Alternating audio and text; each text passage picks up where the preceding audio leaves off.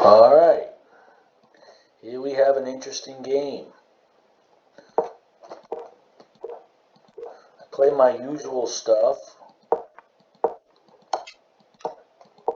and I'll slow down where it veers off the standard. So I would say here, when we both bring our knights back, things get a little bit interesting. I allow this advanced f4 pawn so I can dominate the center. Plus, I'm trying to turn this double pawn into a strength rather than a weakness. So here, my opponent allows me to do that, and I'm a believer that if I can exchange off, I can garner some control here.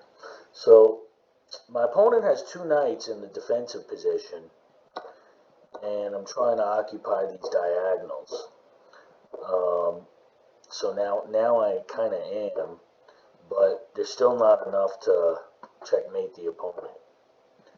But I'm trying to maneuver the knight in here. I might have considered c6 over here, but I wanted to go toward the king side. It worked out for me, but could have gone either way. So here I'm starting to infiltrate the squares around my opponent's king, but I'm still not in like Flynn. But now I'm starting to get some penetration in the e-file while my opponent is taking some pawns. So the upside of that is it's allowing me to strengthen my attack. The downside is if I don't checkmate my opponent has a whole bunch of pawns that could prove problematic if there are a bunch of exchanges. But here my opponent allows this check, and I know it's trouble. So here my opponent was kind of forced to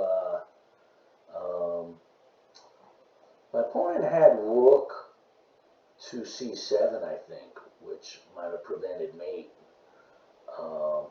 But didn't do that. He attacks my queen. So that's all she wrote.